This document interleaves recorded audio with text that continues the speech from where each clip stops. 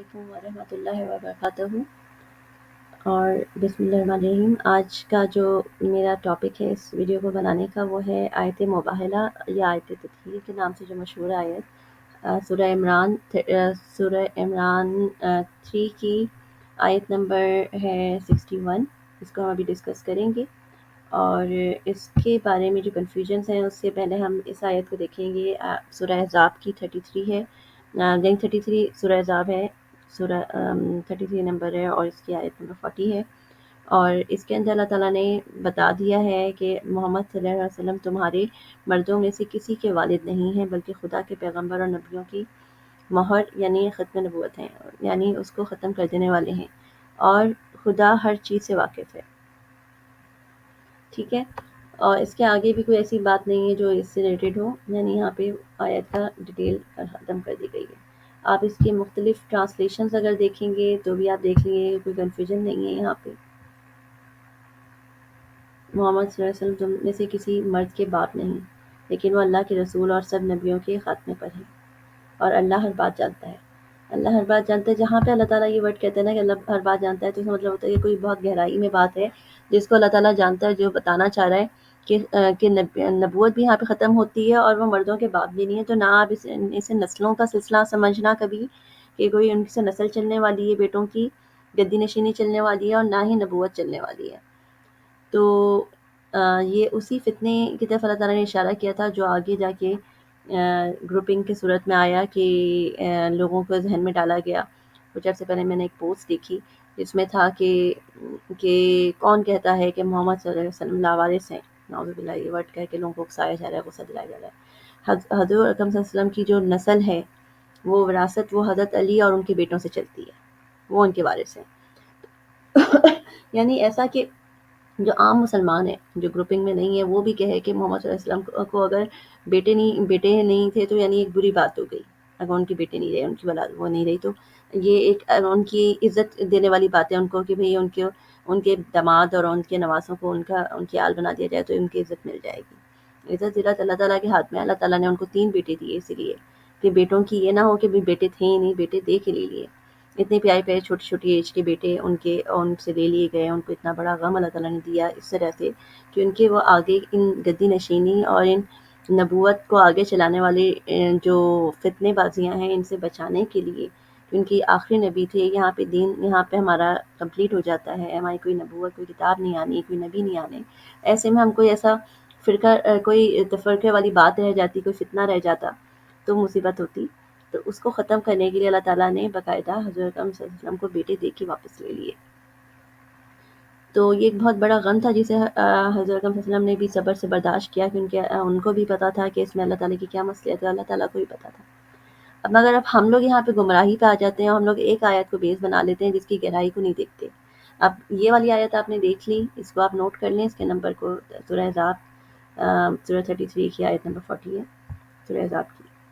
ہم دوسری آیت پہ جاتے ہیں جو آیت مباہلہ ہے، یہ ہے سورہ عمران سورہ 3 کی چیپٹر 3 کی آیت نمبر 61 ہے۔ اور یہ جو واقعہ تھا یہ مباہلہ کا واقعہ ہوا تھا جب کرسچنز کا ایک وفد آیا تھا اور جو کنفرم کرنے کے بھی اسلام لاتے نہیں لاتے، یعنی ڈسکس کرنے کے لیے اسلام کے بارے میں معلومات لینے، وہاں سے بحث برائے بحث کر رہا تھا۔ ان کا دل نہیں تھا، ان کی انا بیچ میں آئی ہوئی تھی، وہ نہیں اپنے مذہب سے ہٹنا چاہ رہے تھے۔ تو بحث کرتے رہے، صبح سے شام ہو گئی، یعنی ڈسکشن اتنی لمبی تھی۔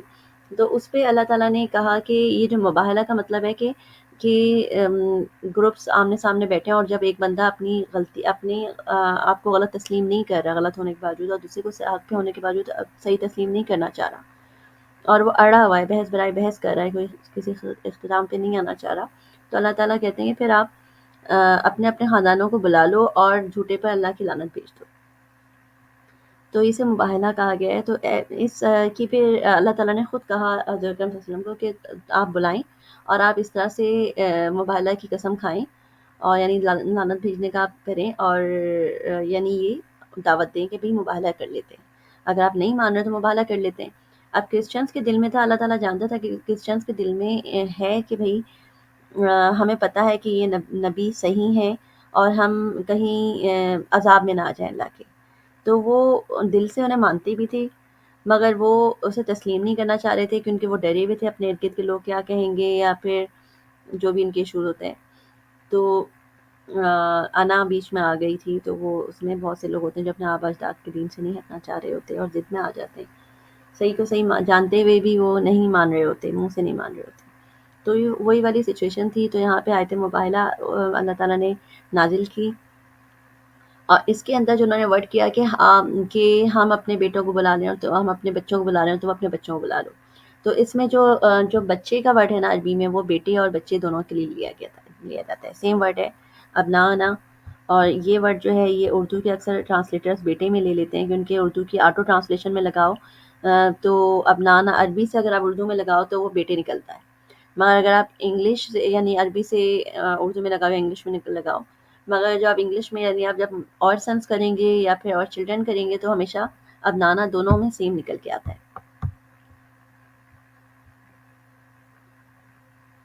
اور سنس ابنانا، ٹھیک ہے، اور یہ ویریفائڈ ہے، لیبل لگا ہوا ہے. اور یہاں پہ بھی آپ دیکھ لیں ابنانا، اگر آپ انگلش سے نکالتے ہیں انگلش سے عربک سے اور سنس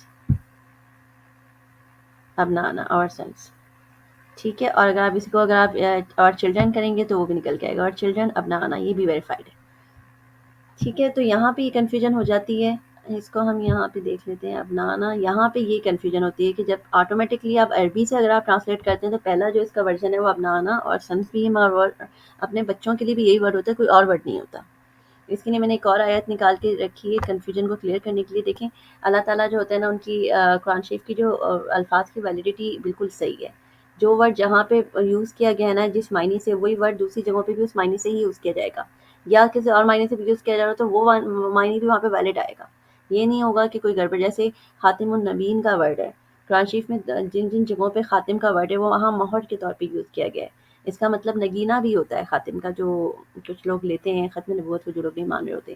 مگر جب آپ نگینہ کو آپ جگہ جگہ لگا دیں گے کہ جہاں پہ اللہ تعالیٰ کہتا ہے کہ ہم نے نہ ماننے والوں کے یعنی ٹھیک لوگوں کے دلوں پہ اور کانوں پہ اور زبان پہ آنکھوں پہ مہر لگا دی ہے، تو آپ وہاں نگینہ فٹ کریں گے تو سوٹ نہیں کرے گا. تو اللہ تعالیٰ نے جہاں مہر بنایا ہے نا خاتم کا مطلب، تو ہر جگہ مہر ہی سوٹ کرے گا. آپ قرآن شریف میں جہاں جہاں نکال لیں. اسی طریقے سے جب آپ ابنانا کو دیکھتے ہیں تو ابنانا میں اگر وہ اور سن کا آپ دیکھتے ہیں تو ہر جگہ پہ اور سن ہونا چاہیے، اس میں پھر بچیوں کا ذکر نہیں ہونا چاہیے نا. تو آپ جب یہاں پہ اس آیت کو دیکھیں، یہ سورہ بقرہ کی آیت نمبر 246 ہے. سوری 246 یہاں سے میں نکالتی ہوں.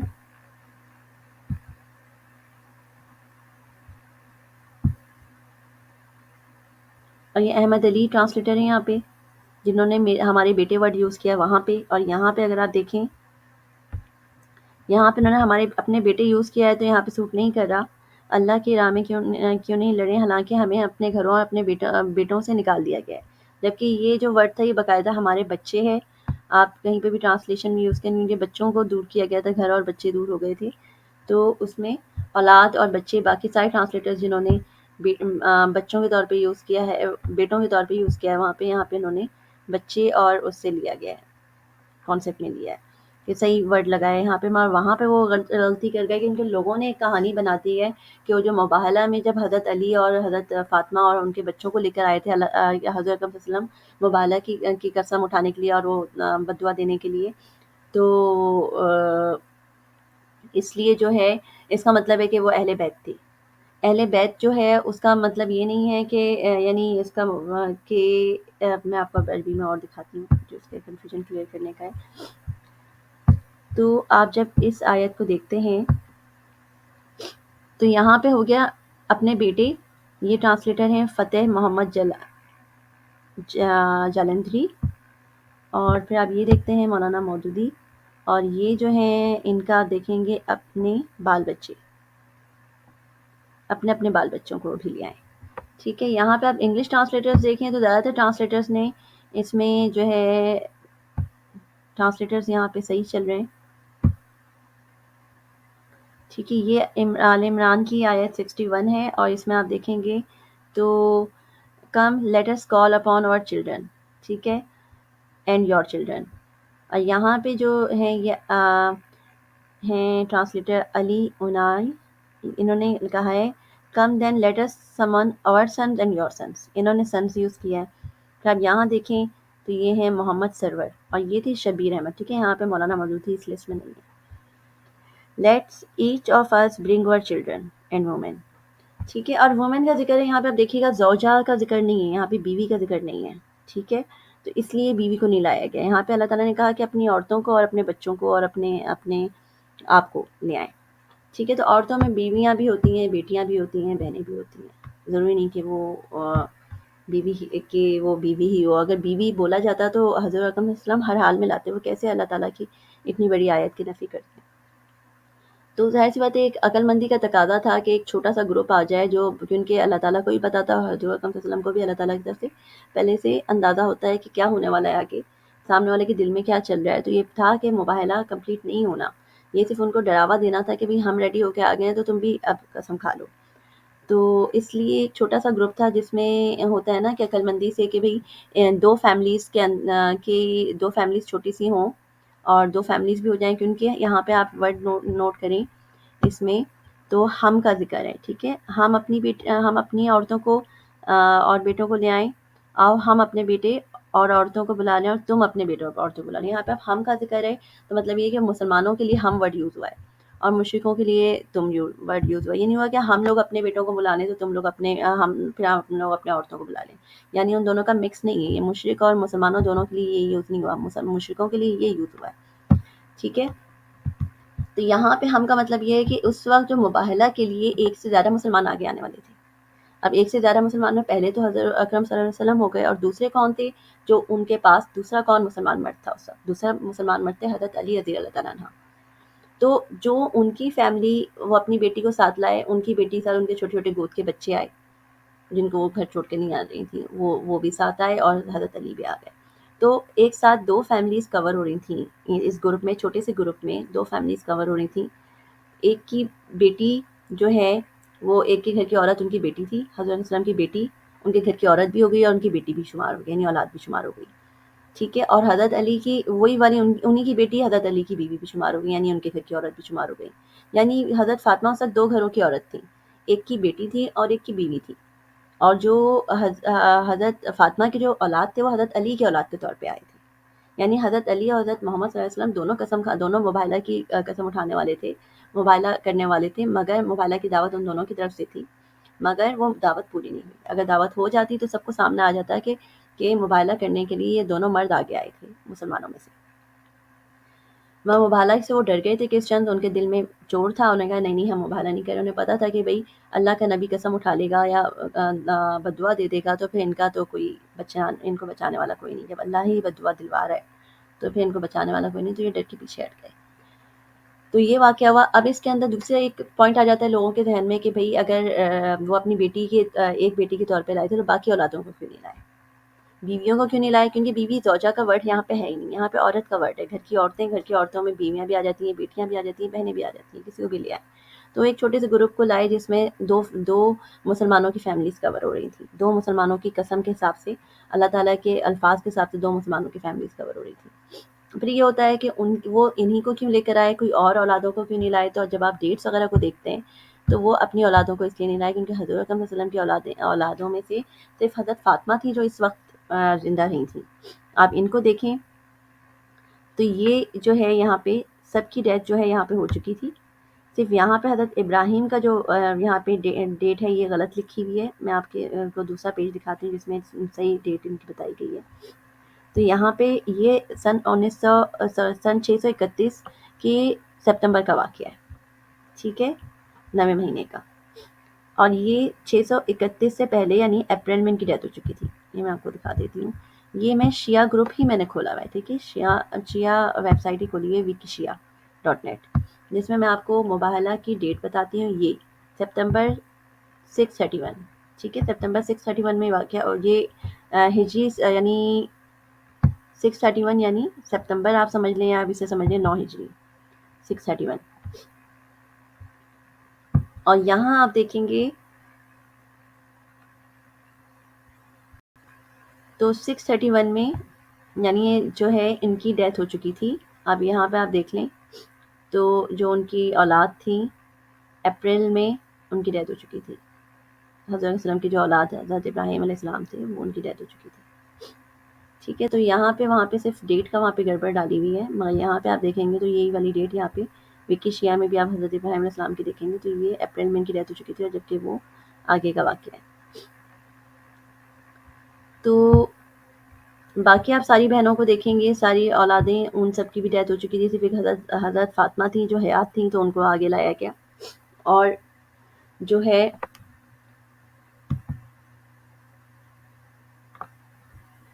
یہ کنفیوژن اس طرح سے کلیئر ہوتی ہے. اور ان کی جو اولادیں ہیں جو ہیں حضرت فاطمہ, باقی بہنوں کی جو اولادیں ہیں, ظاہر سی بات ہے وہ ان کی اولادوں کو اس لیے نہیں لایا گیا کیونکہ حضرت فاطمہ کی اپنی اولاد جو تھی حضرت علی کی اولاد کے طور پہ آئے تھے. ٹھیک ہے, تو اولادوں کی اولادوں کا تو قسم تھی نہیں, ایک شارٹ سی بات تھی کہ اپنے گھر کی عورتیں اور اپنے گھر اور اپنے بچے. ٹھیک ہے, اب بچے یعنی اپنی اولادیں تھیں کہ اپنی سگی اولادوں کی بات آ جاتی ہے. تو اولاد میں وہ اپنی بیٹی کو لے کر آئے, اپنی بیٹی کو ہی لے کر آئے. وہی گھر کی خاتون بھی تھیں کہ ان کے گھر کی بیٹی تھیں, اور وہی ان کی اولاد میں سے بھی تھیں. اور حضرت علی اپنی بیوی کو لے کر آئے گھر کی عورت کے طور پر, اور حضرت فاطمہ کو اور اپنی اولادوں کو اپنے بچوں کے طور پہ لے کر آئے.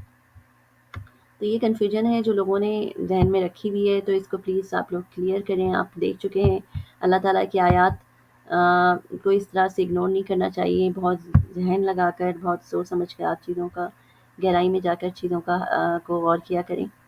اور بہت ضروری ہے یہ کیونکہ دین میں ورنہ فرقے وغیرہ پڑھنا اچھی بات نہیں ہوتی. میں بھی کوئی سنی نہیں ہوں, میں مسلمان ہوں سمپل, نہ شیعہ نہ سنی کوئی فرقہ نہیں ہے. حضرت ابراہیم علیہ السلام کے وقت سے یہ مسلم دین چل رہا ہے.